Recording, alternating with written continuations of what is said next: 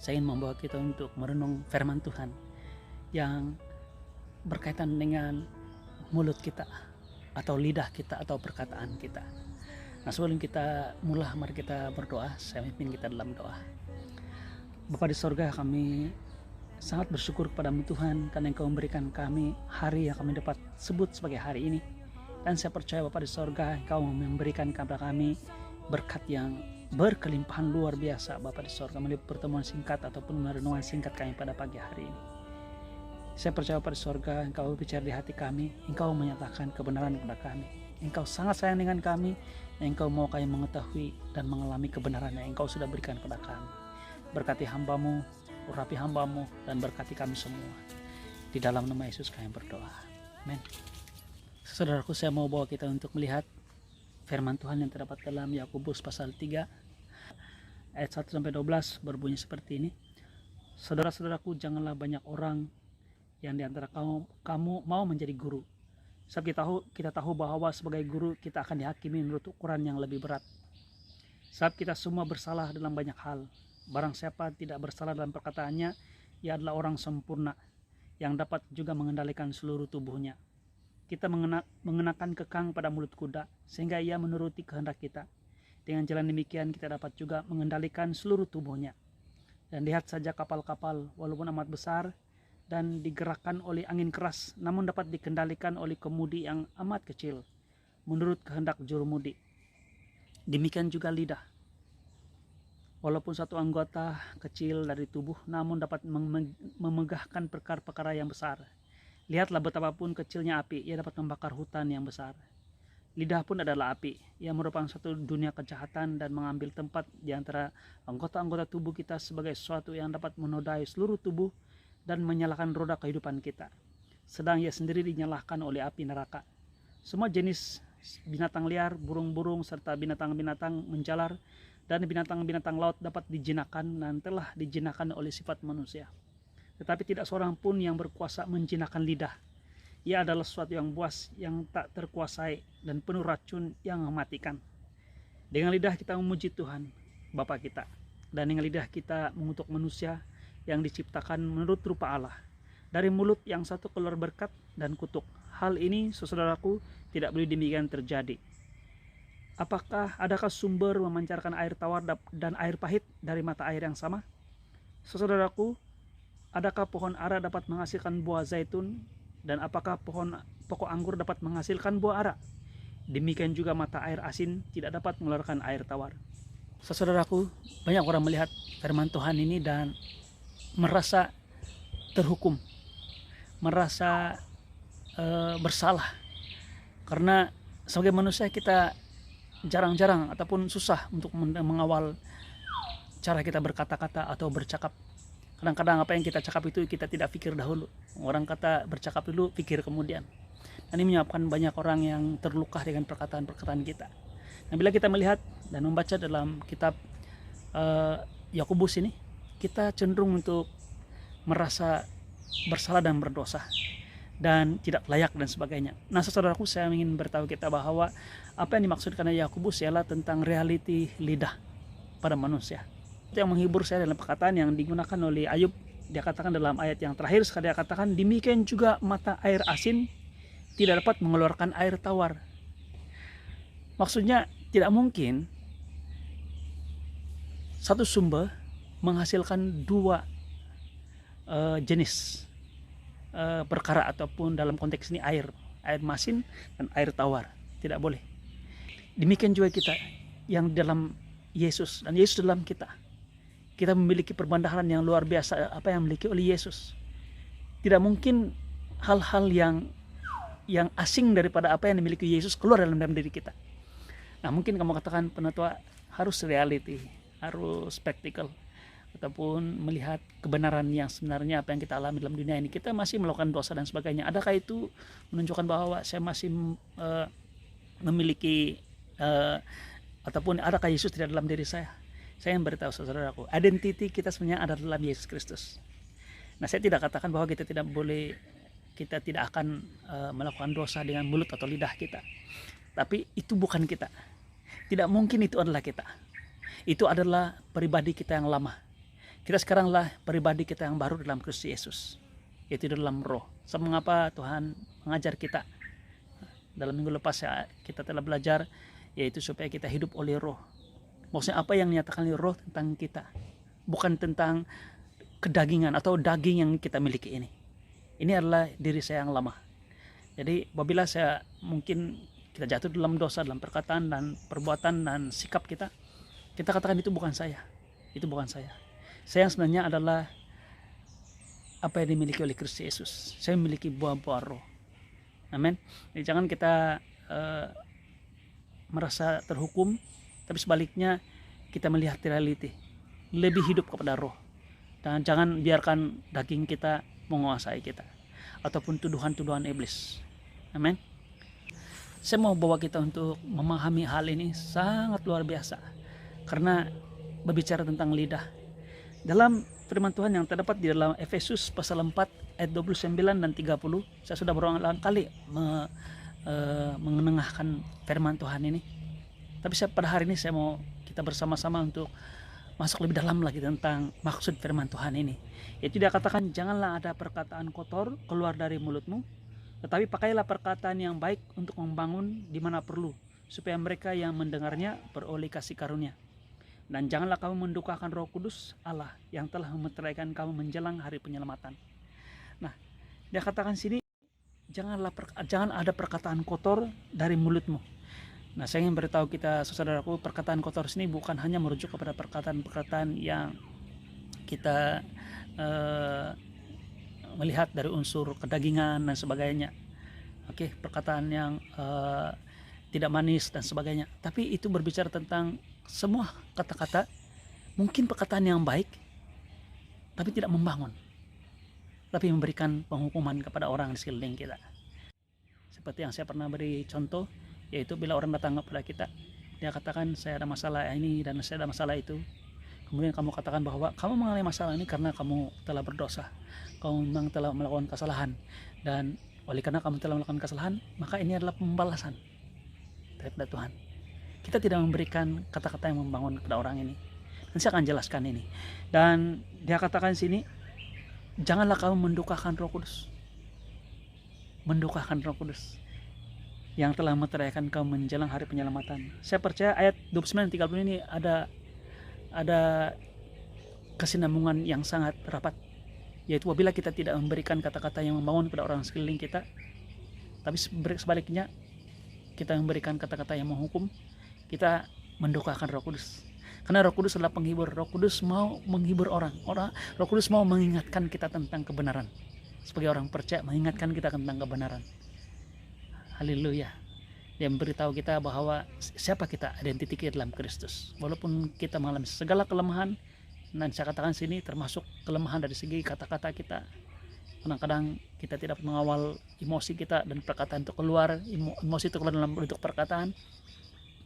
Roh Kudus mengingatkan kita, mengingatkan kita lagi tentang siapa kita dalam Kristus Yesus, bahwa kita adalah orang-orang benar. Haleluya. Kita adalah orang-orang yang penuh kasih, karena Kristus adalah kasih. Amin. Haleluya. Jadi orang yang mendengar perkataan yang membangun daripada kita itu akan beroleh kasih karunia. Dan ini apa yang dijelaskan di dalam firman Tuhan yang terdapat di dalam Bilangan pasal 20 ayat 7 sampai 12. Yaitu satu situasi yang berlaku dengan orang-orang Israel. Orang Israel komplain dengan Musa, mengeluh dengan Musa, dengan Harun, karena mereka kekurangan air. Dan ini bukan pertama kali, ini sudah berkali-kali mereka lakukan. Dan saya percaya pada ketika tahap ini, Musa juga sudah kehilangan kesabaran dengan orang-orang Israel ini. Tapi apakah kata Tuhan kepada Musa ketika mendengar komplain atau mendengar keluhan ataupun rungutan orang-orang Israel ini? Dia katakan begini, ayat yang ke-7.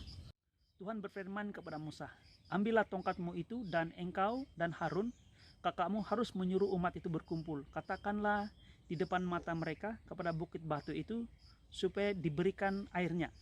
Demikianlah engkau mengeluarkan air dari bukit batu itu bagi mereka yang memberi minum, dan memberi minum umat itu serta ternaknya.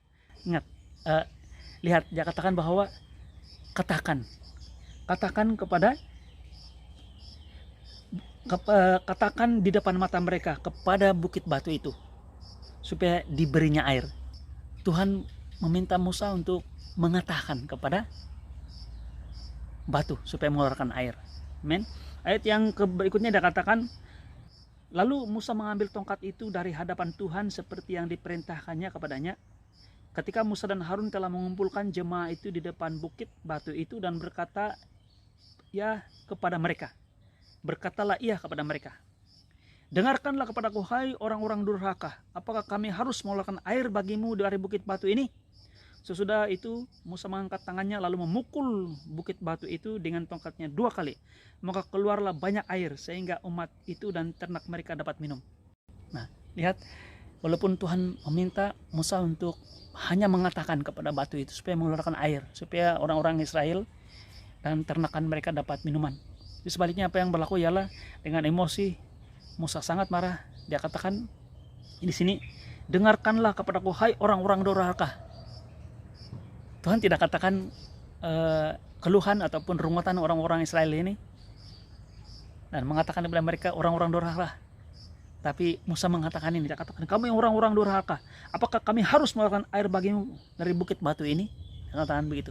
Dan yang satu yang luar biasa lagi ialah sesudah itu dia katakan, sesudah dia mengatakan demikian, dia memukul bukit batu itu dengan tongkatnya 2 kali. Tuhan tidak menyuruh dia memukul. Tuhan hanya menyuruh dia mengatakan saja supaya batu itu mengeluarkan air. Dan apakah respon Tuhan terhadap hal ini? Tetapi Tuhan berfirman kepada Musa dan Harun, karena kamu tidak percaya kepadaku dan tidak menghormati kekudusanku di depan mata orang Israel, itulah sebabnya kamu tidak akan membawa jemaah ini masuk ke negeri yang akan kuberikan kepada mereka. Dia katakan, karena kamu tidak percaya kepadaku dan tidak menghormati kekudusanku. Tindakan Musa memukul, walaupun sebenarnya Tuhan menyuruh dia berkata-kata kepada batu itu saja, tapi dia pukul. Itu adalah tindakan firman Tuhan mengatakan tidak percaya. Dan yang lebih menyedihkan ialah dia katakan sini, tidak menghormati kekudusanku. Tidak menggambarkan hati Tuhan yang sebenar kepada orang-orang Israel. Tuhan tidak marah dengan orang Israel. Tuhan minta Musa menyediakan air atau mengatakan kepada batu supaya mengeluarkan air. Tapi Musa sebaliknya apa yang berlaku ialah dia menggunakan perkataan yang sangat keras. Dia katakan orang-orang durhaka kepada orang-orang ini, dan kemudian dengan tindakannya memukul batu itu. Dan Tuhan sangat duka cita. Dan saya percaya yang menjelaskan bagaimana roh didukakan apabila kita atau perkataan kita tidak membangun, dan sebaliknya memberikan penghukuman kepada orang sekeliling kita. Saya mau tutup firman Tuhan ini dengan satu cerita peristiwa yang berlaku dalam perjanjian lama, yaitu dalam peristiwa Ayub, yang mengajar kita tentang perkataan, penggunaan lidah yang sangat-sangat Tuhan perhatikan. Tuhan sangat-sangat mau kita menggunakan ataupun memakai perkataan ataupun mulut kita ini, lidah kita ini, untuk menjadi berkat kepada orang sekeliling kita dan bukan sebaliknya. Saya percaya Tuhan mau juga kita jangan keliru, karena kadang-kadang kita melihat bahwa kata-kata kita mungkin bukan jahat, bukan suatu yang terlalu orang kata sembrono dan sebagainya, tapi mungkin kata-kata kita adalah kata nasihat yang baik. Tapi di mata Tuhan, tidak semua perkataan yang kita katakan itu adalah memberikan kasih karunia, menghormati kekudusan Tuhan, menyatakan identiti ataupun menyatakan isi hati Tuhan yang sebenarnya. Nah, ini berbicara tentang saya orang pribadi bernama Ayub. Ayub mengalami musibah yang luar biasa, karena atas izin Tuhan, iblis memberikan dia segala tulah yang sangat luar biasa. Segala hartanya dirampas, walaupun dia adalah pada dasarnya seorang yang sangat-sangat diberkati, kaya, luar biasa. Dan yang lebih menjadikannya lagi ialah dia atau anak-anaknya semuanya terkorban dalam satu peristiwa ribut, di mana rumah di mana mereka berada itu runtuh dengan tiba-tiba. Dan tidak cukup itu, Ayub mengalami sakit yang sangat-sangat, saya boleh katakan sangat-sangat teruk. yaitu penyakit kulit yang dialaminya. Dan inilah peristiwa bermula dengan kedatangan 3 orang rekan teman Ayub. Yang pertama dipanggil Elifas, yang kedua Bildad, dan yang ketiga Zofar. Mereka memberikan kata-kata yang memberi nasihat, dan kita lihat seperti baik, malam yang baik kepada Ayub. Tapi apa yang berlaku ialah itu tidak sesuai dengan apa yang ada dalam hati Tuhan. Mari kita lihat ini. Seperti apa yang dikatakan oleh Elifas. Dalam kitab Ayub pasal 4 ayat 7 dan 8, dia katakan sini, camkanlah ini, siapa binasa dengan tidak bersalah, dan di manakah orang jujur dipunahkan. Yang kulihat ialah bahwa orang yang membajak kejahatan dan menabur kesusahan, ia menuai juga. Nah, mereka mengatakan bahwa tidak ada orang yang benar dihukum, atau mengalami kesusahan, atau mengalami musibah, atau dipunahkan, perkataan dipunahkan. Dia katakan bahwa mereka yang mengalami kesusahan, mengalami musibah, mengalami segala macam bentuk kesusahan ini adalah pasti mesti ini orang yang tidak benar di depan Tuhan. Apa yang dikatakan oleh Bildad? Bildad pula mengatakan begini, dapatkah pandan bertumbuh tinggi kalau tidak dirawa, atau mensiang bertumbuh subur kalau tidak di air? Sementara dalam pertumbuhan sebelum waktunya disabit, layuklah ia lebih dahulu dari rumput lain. Demikianlah pengalaman semua orang yang melupakan Allah, maka lenyaplah harapan orang fasik, yang andalannya seperti benang laba-laba, kepercayaannya seperti sarang laba-laba. Nah, Bildad pula berbicara tentang satu yang logik, satu yang pasti, satu yang fakta. Dia katakan pandan tidak akan dapat tumbuh tinggi kalau bukan di rawa-rawa. Maksudnya sama seperti Elifas, mana mungkin kita mengalami penghukuman kalau kita tidak bersalah. Mana mungkin kita tidak mengalami segala kesusahan kalau kita tidak berlakukan sesuatu yang tidak benar depan Tuhan. Dan mari kita lihat apa yang dikatakan oleh Zofar. Zofar pula mengatakan demikian dalam Ayub pasal 11 ayat 13 sampai 19. Dia katakan begini, jikalau engkau ini menyediakan hatimu dan menadah tanganmu kepadanya, jikalau engkau menjauhkan kejahatan dalam tanganmu dan tidak membiarkan kecurangan ada dalam kemahmu, maka sesungguhnya engkau dapat mengangkat mukamu tanpa celah, dan engkau akan berdiri teguh dan tidak akan takut. Bahkan engkau akan melupakan kesusahanmu, hanya teringat kepadanya seperti air yang telah mengalir lalu. Kehidupanmu akan menjadi lebih cemerlang pada siang hari, kegelapan akan menjadi terang seperti pagi hari. Engkau akan merasa aman sebab ada harapan, dan sesudah memeriksa kiri kanan, engkau akan pergi tidur dengan tentram. Engkau akan berbaring tidur dengan tidak diganggu, dan banyak orang akan mengambil muka kepadamu. Nah, Zofar pula dia berbicara tentang jikalau kita mencari Tuhan, kita pasti akan mengalami ketenangan. Jikalau kita berbuat sesuatu yang benar depan Tuhan, kita pasti diberkati. Nah, ini adalah apa yang dikatakan oleh Zofar. Nah, saudaraku, lihat, ini perkataan-perkataan Elifas, Bildad, dan Zofar. Kalau kita lihat, tidak ada yang silap dalam perkataan mereka ini. Ini adalah satu nasihat yang logik, malah benar. Tetapi kita lihat bahwa ini bukan apa yang ada dalam hati Tuhan. Perkataan digunakan oleh Elifas ialah dipunahkan. Kalau dia bukan orang jahat, kan? Jadi orang jahat saja yang dipunahkan. Orang jahat saja yang mengalami kesusahan. Dalam konteks Ayub ialah dia mengalami sakit penyakit, keluarganya porak-poranda, hartanya dirompak, dia mengalami kerugian yang luar biasa. Jadi dikatakan bahwa hanya orang jahat saja mengalami semua ini. Kemudian yang kedua ialah apa yang dikatakan oleh Bildad. Dia katakan tidak mungkin satu tumbuhan ini tumbuh di tempat lain. Dia mesti tumbuh di tempat yang memang dia akan tumbuh. Pandan tidak akan bertumbuh tinggi kalau bukan di rawa-rawa. Jadi oleh karena tempatnya betul, maka dia akan tumbuh. Oleh karena kau mengalami situasi yang seperti itu, maka kau pasti akan mengalami isu dan masalah seperti ini. Mesti ada kaitan. Kemudian Zofar pula Kemudian Zofar pula menganjurkan tentang ide bahwa kamu pasti diberkati kalau kamu cari Tuhan. Jadi maksudnya karena kamu tidak cari Tuhan lah, kamu tidak mengalami semua ini. Nah, ketika nasihat mereka ini seperti baik untuk didengar, malah kita cenderung untuk mendengar nasihat semua mani di mimbar-mimbar gereja. Misalnya yang beritahu pada hari ini, perkataan-perkataan yang tidak membangun, perkataan membangun di sini adalah memberi kasih karunia, berbicara tentang kasih karunia Tuhan, menyatakan isi hati Tuhan sebenarnya kepada manusia. Itu adalah perkataan-perkataan yang mendukakan Roh Kudus. Saya ingin beritahu kepada kita saudara bahwa perkataan yang disampaikan oleh Elifas, Bildad dan Zofar ini menyentuh hati Ayub dengan begitu dalam sekali, sehingga dia melihat bahwa itu tidak benar sekali bagi dia,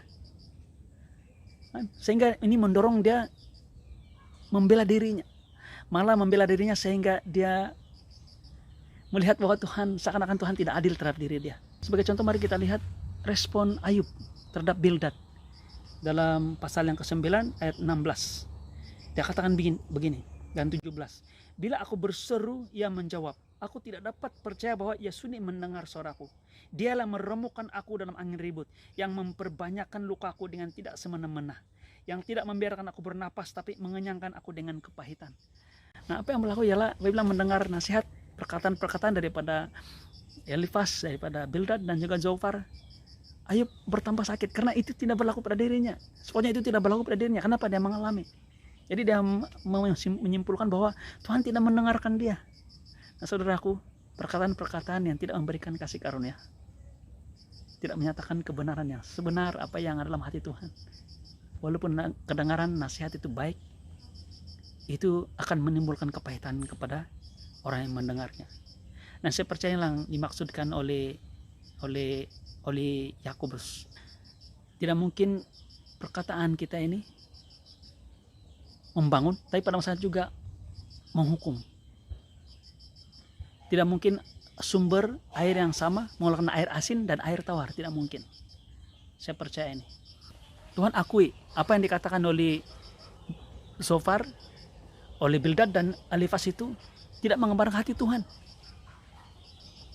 Walaupun nampaknya perkataan-perkataan mereka itu seakan-akan seperti Alkitabiah, tapi tidak menggambarkan hati Tuhan. Dan dia katakan di sini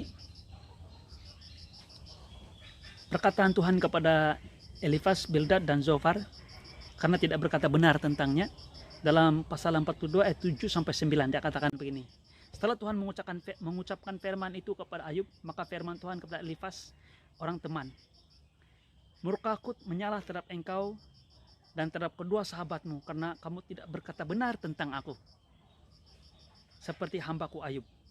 Oleh sebab itu, ambillah 7 ekor lembu jantan dan 7 ekor domba jantan dan pergilah kepada hambaku Ayub, lalu persembahkanlah semua itu sebagai korban bakaran untuk dirimu, dan baiklah hambaku Ayub meminta doa untuk kamu, karena hanya permintaannya lah akan kuterima, supaya aku tidak melakukan aniaya terhadap kamu, sebab kamu tidak berkata benar tentang aku seperti hambaku Ayub. Saudaraku, Elifas, Bildad dan Zofar mendapat kesempatan yang sangat besar di depan Tuhan apabila mereka diampuni. Tuhan tidak melakukan aniaya, perkataan aniaya yang digunakan sini. Apabila mereka disuruh untuk mempersembahkan korban dan meminta supaya Ayub mendoakan mereka. Tetapi apa yang berlaku dalam Bilangan pasal yang ke-20 itu sangat menyedihkan. Karena perkataan yang tidak membangun yang dikeluarkan oleh Musa, malah bukan hanya dengan perkataan saja ketika menyebut orang-orang Israel yang dikasihi Tuhan sebagai orang-orang durhaka, tapi memukul batu itu 2 kali walaupun Tuhan menyuruh dia hanya berkata kepada batu tersebut. Apa yang berlaku ialah Musa dan Harun tidak dapat masuk ke tanah perjanjian. Dia tidak dapat memimpin orang-orang Israel yang dipimpinnya selama 39 tahun daripada Mesir hampir ke tanah Kanaan, tapi dia tidak boleh masuk karena perkataan yang tidak membangun yang dia katakan ini. Yosua yang membawa orang Israel masuk ke tanah Kanaan. Mulut kita ini boleh menjadi berkat. Bagaimana kita boleh menjadi berkat? Dia menyatakan tentang Allah yang benar, bukan tentang penghukuman. Bukan seperti katakan oleh Elifas bahwa tidak ada orang yang jahat yang tidak dihukum. Yang benar ialah kita semua orang jahat, tapi Yesus yang dihukum. Oleh itu, Anda dan saya layak menerima berkat, karena bukan kebenaran kita, tapi kebenaran Yesus. Tidak seperti perkataan Bildad. Dia katakan bahwa rumput pandan, atau saya percaya itu papyrus, hanya tumbuh di rawa-rawa, dan pasti tumbuh di rawa-rawa. Dia hanya boleh tumbuh di rawa-rawa. Dan saya ingin katakan bahwa kita mengalami berkat yang mengalir, bukan karena kita orang benar, tapi karena Yesus yang membenarkan kita. Maksudnya walaupun kelihatan seperti kita bukan berada di tempat yang betul, kita berada di tempat yang mungkin kita katakan musibah, tempat yang tidak benar, tidak yang salah, tapi tempat itu masih boleh tumbuh pandan dan bertumbuh dengan tinggi. Di tempat itu kita masih boleh diberkati dengan luar biasa, malah diberkati yang luar biasa, tapi karena Yesus ada di tempat di mana kita berada, walaupun di mana kita berada. Dan yang ketiga, bukan seperti perkataan Zofar, bukan karena kita mencari Tuhan, bukan karena kita setiap hari hidup kita sepenuhnya tertuju kepada Dia, ataupun kita dengan segala usaha kita untuk menjadi lebih baik, lebih beriman, dan lebih religius di depan Tuhan. Kita menjaga tingkah laku kita, perbuatan kita, dan semuanya, bukan. Oleh karena itu kita diberkati ataupun kita mengalami perkenan Tuhan, tidak. Tapi karena hanya satu hal, Yesus yang taat, Yesus yang melakukan kebenaran, Yesus yang setia, Yesus yang malah setia sampai mati di kayu salib untuk Anda dan saya. Kita mengalami berkat ini. Amin. Malah bukan karena kita mencari Tuhan, tapi justru Tuhan yang turun dari sorga mencari kita, seperti gembala mencari domba yang hilang. Saya percaya inilah perkataan yang Tuhan mau ditanamkan dalam hati kita, dalam mulut kita, dalam pribadi kita, menjadi berkat bagi orang sekeliling kita. Haleluya. Mari kita berdoa. Bapa di sorga, kami telah pun merenung firman Tuhan.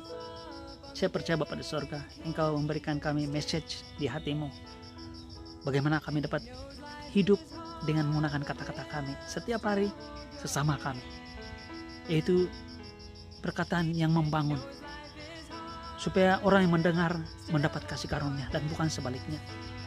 Dan saya percaya Bapa di sorga, apa yang telah Engkau ajarkan kami melalui apa yang berlaku dengan Musa, apa yang berlaku dengan peristiwa Ayub, mengajar kami bahwa Tuhan serius, sangat serius, mau menjadikan kami saluran berkat. Dan melalui saluran berkat ini, orang lain diberkati, dan berkat ini mengalir melalui perkataan dalam lidah kami. Terima kasih Bapa di sorga. Terima kasih Tuhan. Kami istiarkan apa yang dikatakan oleh Yakobus, bahwa kami adalah sumber air daripada mata air Tuhan. Dan tidak mungkin sumber ini mengeluarkan air yang berbeza. Satu masin, satu tawar. Lalu sebaliknya Bapa di sorga, sumber yang sama ini kami istiarkan. Ini identik kami dalam Kristus Yesus, di dalam roh, bahwa sumber ini mengeluarkan kata-kata yang membangun, kata-kata yang berkati. Terima kasih Tuhan. Kami berdoa, semua saudaraku dimanapun kami berada, diberkati dengan firman Tuhan yang kami dengar dan kami renung pada pagi hari ini. Dalam nama Yesus kami berdoa. Amin. Rest